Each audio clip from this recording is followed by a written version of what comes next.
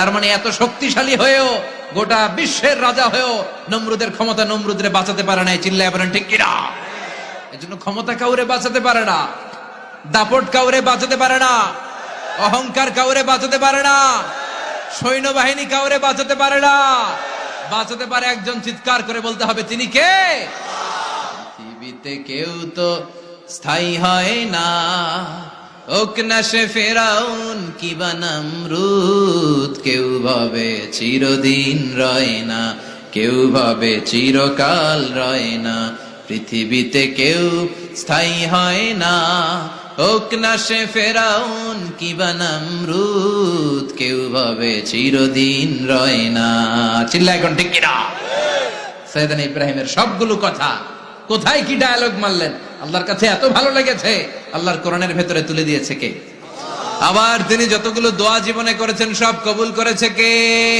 তিনি দোয়া করলেন, রাব্বি জাআলনি মুকিমাস সালাতি ওয়া মিন যুররিয়াতি রাব্বানা ওয়া তাকাব্বাল দুআ। হে নামাজি, আমার ঘরে নামাজ পড়ো আজ, দিলে মে তোমার চরণ তলে হৃদয় যায় নামাজ। হে নামাজি, আমার ঘরে নামাজ পড়ো আজ, দিলে মে তোমার চরণ তলে হৃদয় যায় নামাজ। আল্লাহু আকবার পড়েন।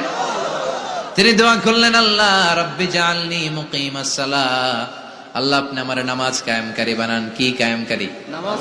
তার মানে নামাজ পড়লে সবাই মিলে পড়তে হবে, ঠিক কি না? নামাজ কায়েমকারী বানান। আমার সন্তান ইসমাইলের নামাজ কায়েমকারী বানান। আমার দোয়াটা কবুল করেন। কবুল করে নিল কে? আবার বললেন, আল্লাহ মক্কার নিরাপদ বানান। কবুল করলো কে?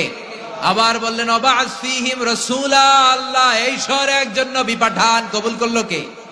যত দোয়া করছে সব কবুল করে নিল কে? এজন্য সাইয়েদনা ইব্রাহিমের জীবনী থেকে কি কি শিক্ষা গুনতে শুরু করেন। নাম্বার 1, আল জিহাদু দিদ্দা শিরক। ওনার জীবন থেকে প্রথম শিক্ষা হচ্ছে শিরকের বিরুদ্ধে জিহাদ। মুমিনের জীবনে জিহাদ চলবে কিসের বিরুদ্ধে? উনি মূর্তির সাথে আপোষ করে নাই, গাছের সাথে আপোষ করে নাই, মাছের সাথে আপোষ করে নাই, ধ্রুবতারা চাঁদ সূর্যের সাথে আপোষ করে নাই। উনি এক আল্লাহকে খুঁজে পেয়েছে। চিল্লায় বলেন ঠিক কিনা?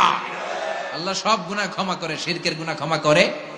2 নাম্বার শিক্ষা হচ্ছে সত্যকে অন্বেষণ করতে হবে। ওইটা আমার বাবার বিরুদ্ধে যাক, ওইটা আমার দাদার বিরুদ্ধে যাক, ওইটা আমার দলের বিরুদ্ধে যাক, ওইটা আমার মতের বিরুদ্ধে যাক, সত্য যেখানে আমিও সেখানে। চিল্লায় এখন ঠিক কিনা?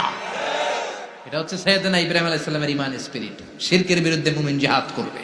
সত্য যেখানে আছে মুমিন তালাশ করে সেটাকে ছিনিয়ে আনবে। সাইয়েদনা ইব্রাহিমের জীবনী থেকে 3 নাম্বার শিক্ষা হচ্ছে ভিশনারি অ্যাটিটিউডের হতে হবে মুমিনের। আমরা খালি 10 বছরের হিসাব করি, 20 বছর, 50 বছর। ইহুদিরা হিসাব করে 200 বছরের। কোন কাজ করার আগে 200 বছর পরে কি হইতে পারে ওইটা হিসাব করে। সাইয়েদনা ইব্রাহিম এরকম ভিশনারি ছিলেন। এজন্য দোয়া করেছেন, রব্বানা ওয়াবা'আস ফীহিম রাসূলা। আল্লাহ যদিও ধুধু প্রান্তর জনমানব হীন একটা এলাকা, আপনি এলাকায় এমন একজন নবী পাঠায়েন যেই নবীর আঁচলের নিচে গোটা বিশ্বটা একত্রিত হয়ে যাবে। কবুল করলেন কে? কি ভিশন দেখছেন, কি ভিশনারি অ্যাটিটিউড। তিনি তখন থেকেই বিশ্বনবীকে দেখতে পেয়েছিলেন। এজন্য ভিশনারি অ্যাটিটিউডের হন, স্বপ্নবাজ হন।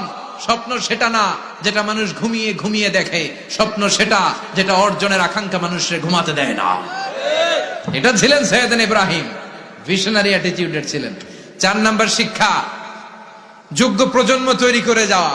উনি কি প্রজন্ম তৈরি করছে দেখেন। প্রথম ছেলে ইসমাইল, দ্বিতীয় ছেলে ইসহাক। ইসহাকের চ্যানেলে বনি ইসরাইলের সব নবীরা আসলো, আর এই চ্যানেলে বিশ্ব নবী আসলো। তার মানে বাপকা বেটা সিপাহিকা ঘোড়া। প্রজন্ম তৈরির দরকার আছে না নাই? শিরকের বিরুদ্ধে লড়াইয়ের দরকার আছে না নাই? আর নবীদেরকে মডেল হিসেবে মানার দরকার আছে না নাই? আমাদের মডেল কি কবিরা না নবীরা? নায়করা না নবীরা? নেতা নেত্রীরা না নবীরা? আমরা যেন নবীদেরকে মডেল হিসেবে মেনে জান্নাতে উপযুক্ত হতে পারে। আল্লাহ তুমি তৌফিক দান করো। আরো জোরে পড়ি আমিন। যতগুলো কথা বলেছি কোরআন সুন্নাহর আলোকে বলেছি, বানিয়ে কিছু বলি নাই। তারপরেও আমার মনের অজান্তে কোনো মিস ইনফরমেশন যদি আমার মুখ